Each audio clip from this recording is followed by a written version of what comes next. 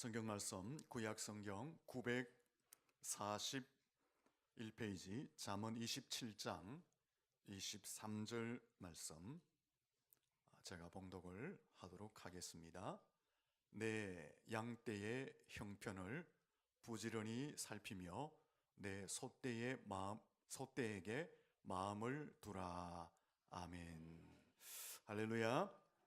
앞뒤자로 인사하며 축복합니다. 잘 되고 있습니다. 더 잘 될 것입니다.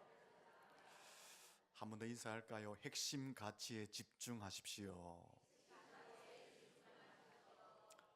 어린 시절 돋보기, 볼록 렌즈를 가지고 검은 종이를 태워보는 경험들을 한두 번쯤은 해보셨을 것입니다.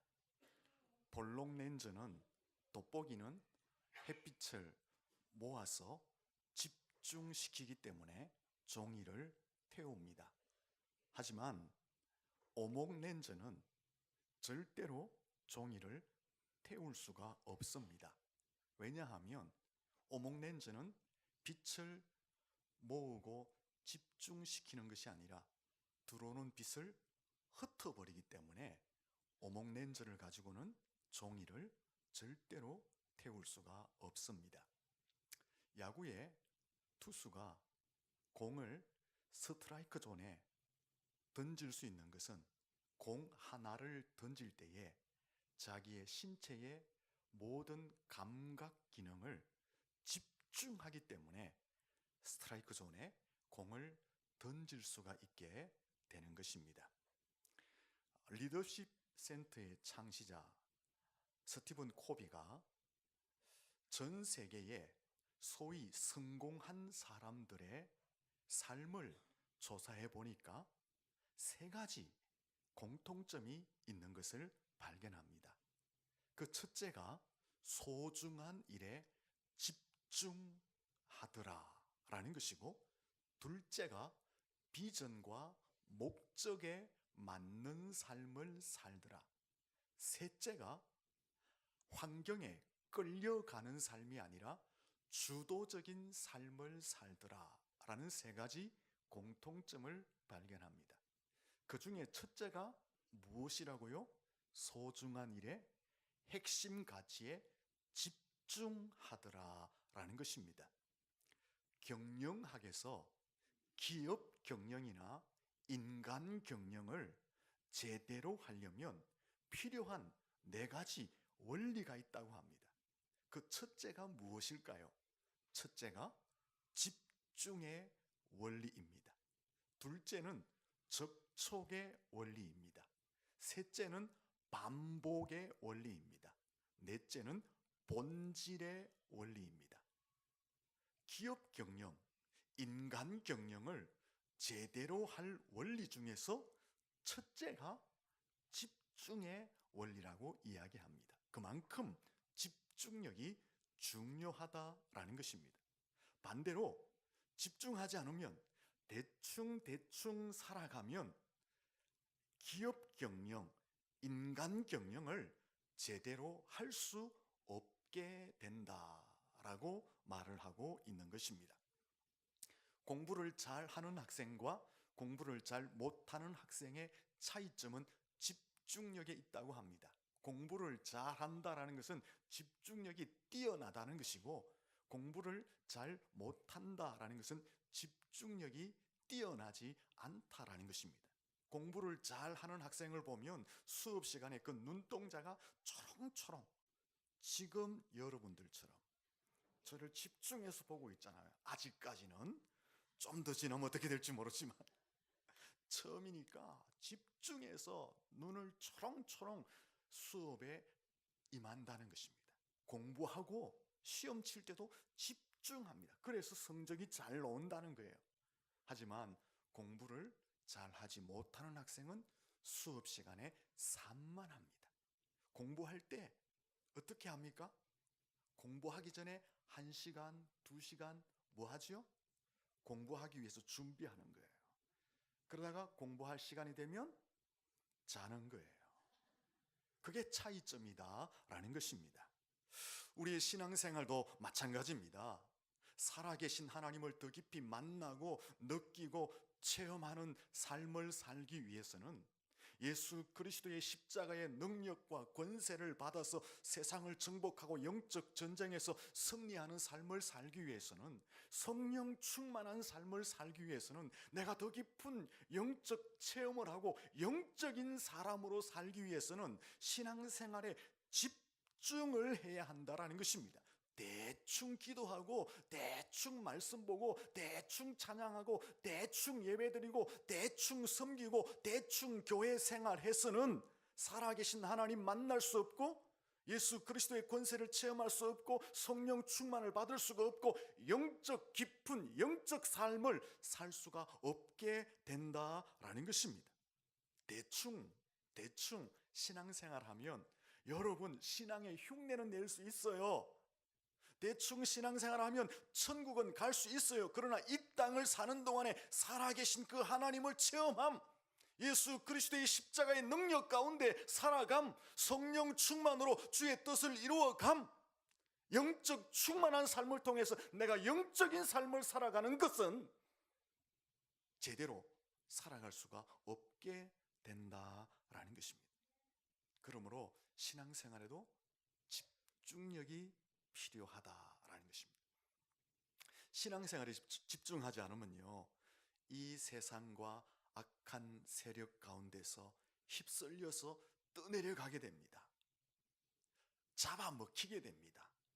신앙생활에 집중하지 않으면 이 어둡고 타락한 시대 가운데서 바른 삶, 바른 신앙생활을 할 수가 없게 되는 것입니다. 사도행전 20장 6절에서 12절에 보면 유두고라는 청년이 사도 바울이 설교할 때에 시간이 좀 길어지자 집중력을 잃어버리고 졸게 됩니다. 졸다가 창문 틈에서 떨어져서 죽고 맙니다. 물론 하나님이 능력으로 다시 살려서 성도들을 위롭게 했지만 집중하지 않으므로 창문에서 떨어져 죽게 되는 그런 일들을 경험하게 된 것입니다. 마태복음 26장 36절에 보면 예수님이 십자가를 앞두고 너무 마음이 무거운 거예요. 그래서 예수님의 제자들을 데리고 어디 올라갑니까? 겟세마네 동산에 올라가서 기도하십니다. 그때 제자들에게 부탁합니다. 나와 함께 깨어 있자. 무슨 말이에요? 나와 함께 기도하자. 예수님이 제자들에게 부탁했는데 제자들은 졸고 맙니다. 이 사건에 대해서 설교가들은 이렇게 말합니다. 기도에 집중해야 될 시간에 졸았기 때문에, 기도에 집중하여서 무장해야 될, 영적 무장해야 될 시간에 제자들이 졸았기 때문에 예수님이 잡히실 때에 제자들은 다 무너지고 다 도망가 버렸다. 기도함으로 능력을 받고 기도함으로 무장을 해야 될 그 시간에 졸았기 때문에 제자들은 다 흩어지고 말았다라고 설교가들은 적용하고 있는 것입니다. 신앙생활에 집중하지 않으면 이 악한 세상과 악한 세력 앞에 휩쓸리게 되고 잡아먹히게 됩니다. 신앙생활을 집중하지 않으면 바른 삶, 바른 신앙생활을 할 수가 없게 되는 것입니다. 왜 그렇습니까? 우리가 사는 이 시대가 너무나 타락한 시대, 어두운 시대이기 때문에 그렇습니다. 우리가 사는 이 현대 사회가 너무나 복잡하고 바쁘고 변화가 빠르게 일어나는 그런 사회이기 때문에 그렇습니다. 우리가 살아가는 이 시대를 보면 악한 세력들과 유혹하는 것들이 너무나 많기 때문에 우리가 신앙생활에 집중하지 않으면 이 시대에 휩쓸려가고 잡아먹히게 되고 바른 삶, 바른 신앙생활을 할 수가 없게 된다라는 것입니다. 하지만 신앙생활에 집중하면 놀라운 일들을 경험하게 됩니다. 마태복음 15장 21절에 보면 예수님이 두로와 시돈 지방을 지나가십니다. 그때 수로보니게 여인이 예수님 앞에 나아가서 도움을 요청합니다. 다윗의 자손 예수여, 나를 불쌍히 여겨 주시옵소서. 제 딸이 흉악한 귀신이 들렸습니다. 예수님은 이 여인의 도움의 요청에 전혀 반응하지 않습니다. 침묵하셨습니다. 하지만 이 예수님의 침묵 앞에 여인은 포기하지 않고 더 나아가서 요청합니다. 예수님, 저를 도와주세요.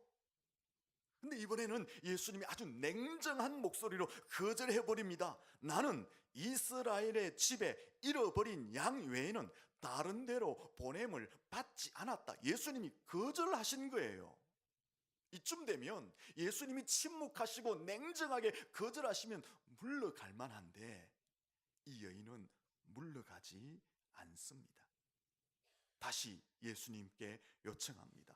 예수님, 제 딸을 불쌍히 여겨주세요. 제 딸이 귀신이 들렸습니다. 좀 도와주세요 라고 예수님께 재차 요청합니다. 이때 예수님이 어떻게 반응합니까? 아주 모욕적인 말씀을 여인에게 던집니다.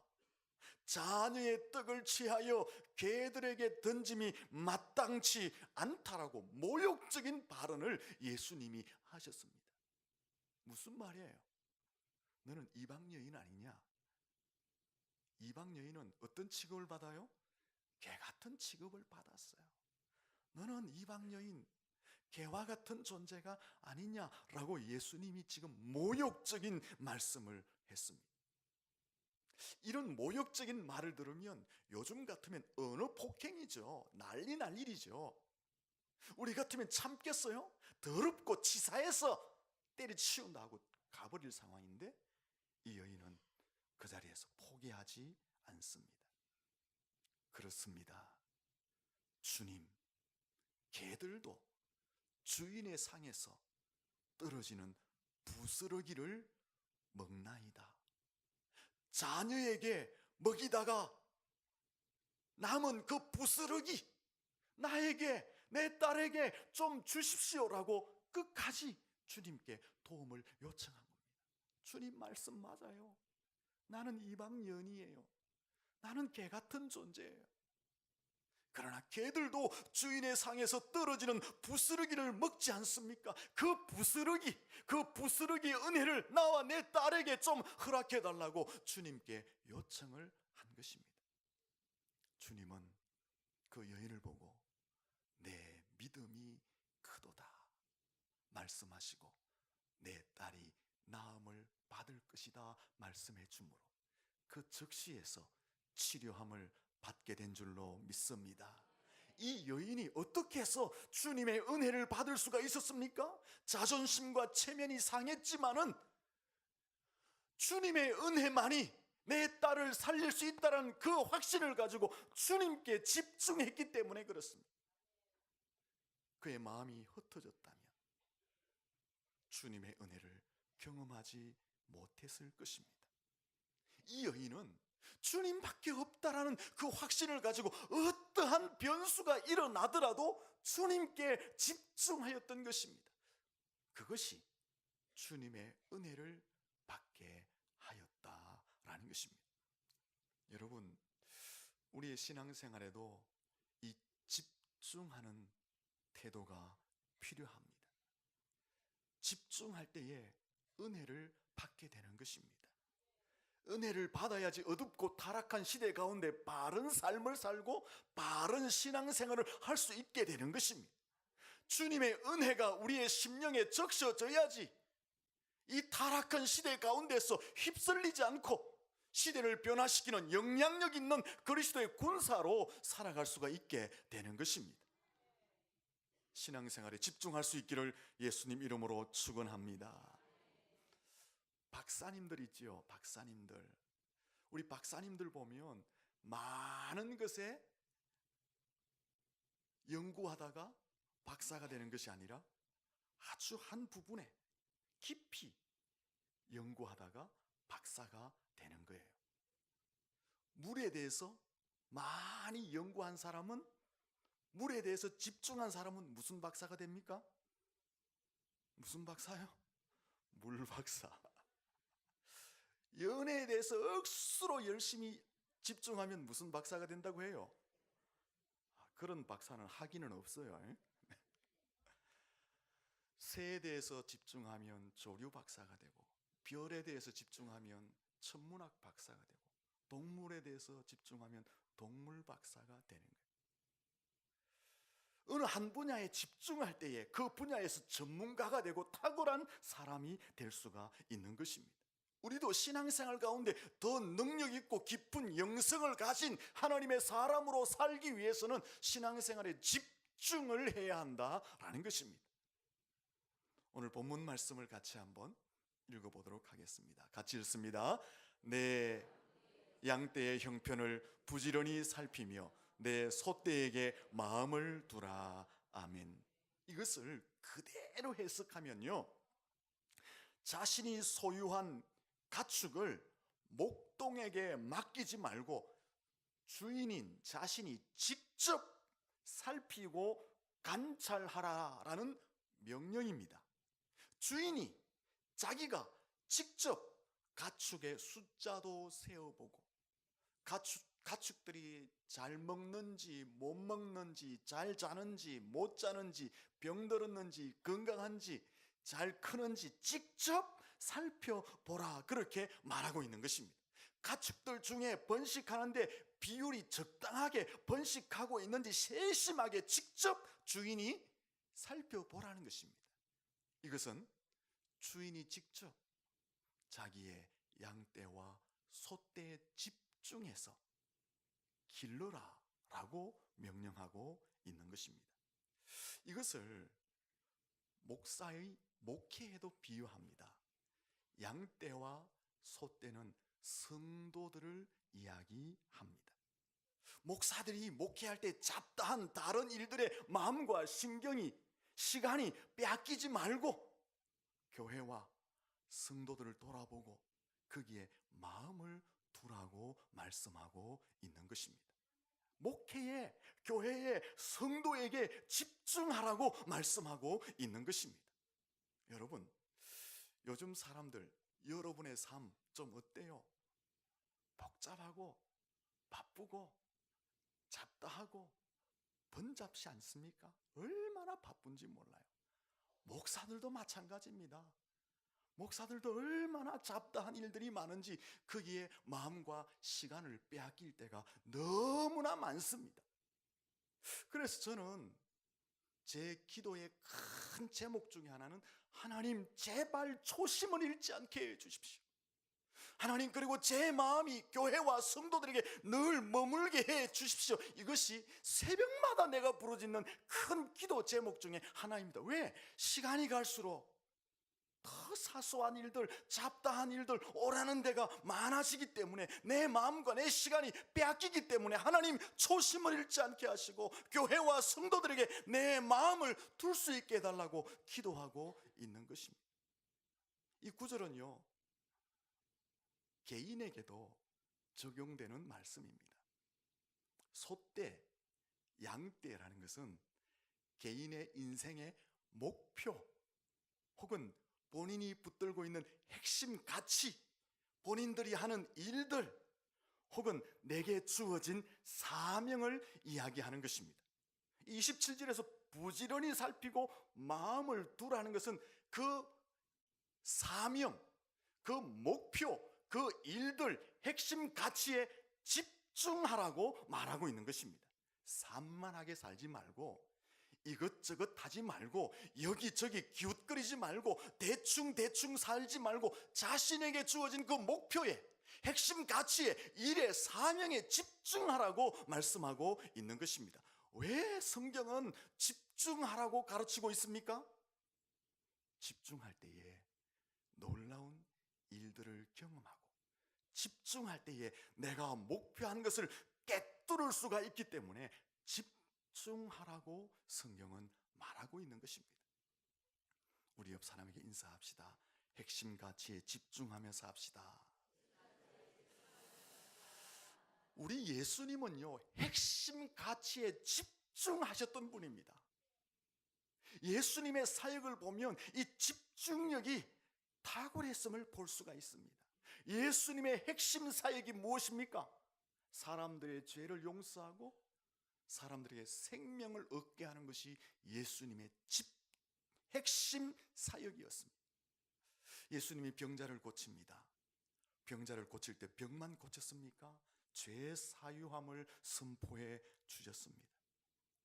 상처난 사람들을 만날 때에 예수님은 그에게 영생에 대한 말씀도 해 주셨습니다.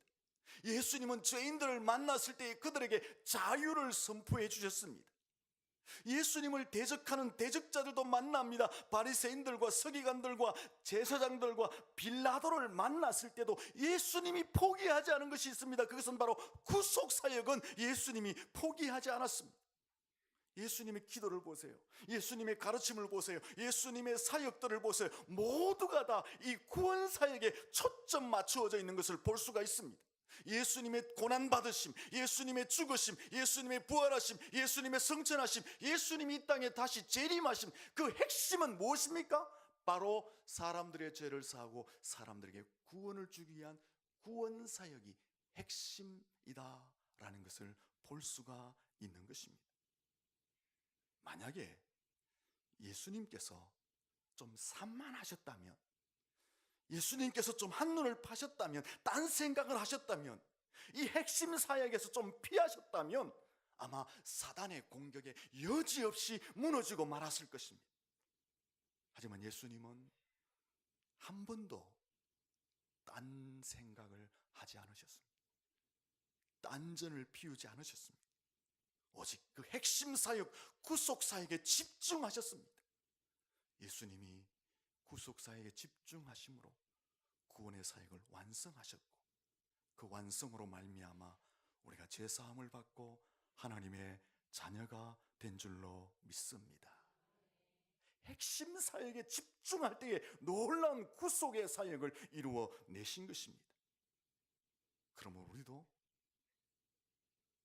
신앙생활에 또 우리의 삶에 핵심 가치에 집중할 수가 있어야 하는 것입니다. 어떻게 하면 집중하는 삶을 살 수가 있겠습니까? 단순하게 살아라 라는 책이 있습니다. 그 책은 요즘 정보화 시대에 얼마나 많은 정보가 있습니까? 또 요즘 사회가 얼마나 복잡하고 분주합니까? 이런 사회에서 행복한 삶을 살려면 단순한 삶을 살아야 된다는 것입니다. 그리고 핵심 가치에 집중할 때에 행복한 삶을 살 수가 있다라는 것입니다. 여러분, 좀 단순해져야 됩니다. 버릴 것은 좀 버리셔야 됩니다. 끊을 것은 좀 끊으셔야 됩니다. 가지 말아야 할 것은 좀 가지 말아야 합니다. 금할 것은 좀 금하셔야 됩니다. 단순해져야 된다라는 것입니다. 좀 전에도 말씀드렸지만 여러분 삶, 현대인들의 삶 얼마나 복잡하고 번잡하고 분주하고 잡다하게 살아가고 있습니까? 여러분, 과연 이렇게 사는 것이 행복한 삶이라고 말할 수 있을까요? 과연 이렇게 사는 것이 진실한 삶이고 선이고 아름다운 삶이라고 말할 수 있을까요? 정신없이 복잡하게 번잡하게 분주하게 여기저기 막 뛰어다니면 그게 행복이 옵니까? 그 삶이 진실이고 선이고 아름다움입니까? 아니잖아요. 오히려 복잡해질수록, 바빠질수록, 분주해질수록, 번잡해질수록 내 심령에 찾아오는 것은 무엇입니까? 공허함, 허탈함, 외로움, 고독함, 이런 것이 막 찾아오는 거예요. 우리는 분주하게 살면, 바쁘게 살면, 정신없이 살면, 번잡하게 살면 그것들이 다 행복이라는 것, 선이라는 것, 아름다운 것이 찾아올 줄 아는데 그렇게 살아보니까 살아볼수록 더 삶은 메말라지고 각박해지고 피폐하는 것이 현실이다라는 것입니다. 세상 사례를 보면요, 1000가지 수가 있고 10,000가지 수가 있다고 합니다. 이것을 천수, 만수라고 이야기합니다. 그래서 수를 잘 쓰는 사람을 향해서 천수의 사람, 만수의 사람 이렇게 말합니다. 대단하지 않습니까? 천수를 쓰고 만수를 쓴다는 것. 그런데요, 이 천수의 사람, 만수의 사람을 이기는 사람이 있다고 합니다. 어떤 사람입니까? 단순한 사람. 단수의 사람이 천수와 만수를 이길 수 있다고 합니다. 옆 사람에게 축복합시다. 단수의 사람이 되십시오.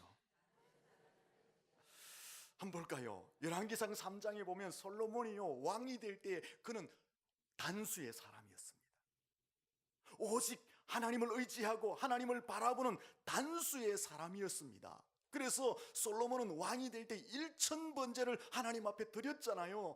1000번제를 드렸다는 것은 나는 오직 하나님만 바라보고 하나님을 의지합니다, 나는 단수의 사람입니다, 이것을 지금 이야기하고 있는 거예요. 그 솔로몬이 통치 초기에 단수의 삶을 살았을 때는 하나님이 전무후무한 복을 주시고 태평성대를 그 나라 속에 허락해 주셨던 거예요. 근데 이 솔로몬이 통치 후기로 가면서 좀 바뀌어집니다. 수가 많아집니다. 외교적 수를 쓰게 됩니다.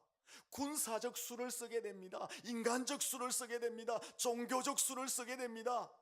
나라들과 동맹의 수를 쓰게 됩니다. 결혼의 수를 쓰게 됩니다. 많은 수를 그의 통치 말년에 씁니다. 근데 그런 수많은 수들이 솔로몬을 교만하게 만들고, 그런 수많은 수들이 솔로몬을 범죄하게 만들어 버렸습니다. 결국 단수의 삶을 포기하고 수많은 수를 붙들고 살아갔던 그 솔로몬의 통치 말년에는 점점 나라가 약해집니다. 태평성대가 아니라 점점 혼란스러워집니다. 그리고 솔로몬이 죽은 이후에는 같은 유대인이 북쪽과 남쪽으로 나라가 갈라져 버립니다. 대립합니다. 서로 분쟁합니다. 서로 싸우는 민족이 되고 말았다라는 것입니다. 반면에 그의 아버지 다윗은요, 시종일관 단수의 사람이었습니다. 다윗이 얼마나 강하고 얼마나 큰 힘을 가졌습니까? 하지만 다윗은요, 실수도 있었지만 시종일관 그는 단수의 삶을 살았습니다. 다윗을 향해서 단수의 사람, 단수의 왕이라고 할 수 있습니다. 그는 오직 하나님만을 바라보았고 하나님만을 신뢰하는 단수의 삶을 살았습니다. 하나님은 그 다윗을 높여주시고 그 다윗을 통해서 영광을 받으셨던 것입니다. 그래서 여러분들에게 단수의 삶을 살라고 권면하고 있는 것입니다. 요즘 한국교회 한번 보십시오. 좀 어떻습니까? 외형과 형식은 화려해지고 있습니다. 조직과 프로그램들은 다양하게 잘 갖추어 놨습니다. 근데 정작 있어야 할 속 알맹이는 점점 부실해져 가고 있습니다. 이 말은 속 알맹이에 집중을 해야 되는데 한국교회가 속 알맹이에 집중하지 않고 잡다한 것에, 비본질적인 것에 더 많이 신경을 쓰고 시간을 쏟고 치장한다라는 것입니다. 그래서 오늘날 한국교회가 지금 어떤 처지에 놓였습니까? 교회가 교회로서의 역할을 못하고 있는 것입니다. 한 설교가가 이런 말을 했습니다. 인류의 마지막 날이 가까워 올수록 교회마다 종교적 형식은 있으나 성령의 능력은 없고 교회 조직은 화려해져가나 예수가 없는 시대가 될 것이다, 이런 말을 했습니다. 마지막 때가 될수록 속 알맹이는 점점 부실해지고 외형적이고 프로그램적이고 조직적이고 형식적인 이런 것들에 치중하여서 점점 교회는 교회로서의 역할을 못하게 될 것이다 라고 말하고 있는 것입니다. 교회만 그렇습니까? 성도들은 어떻습니까? 여러분의 삶은 어떻습니까?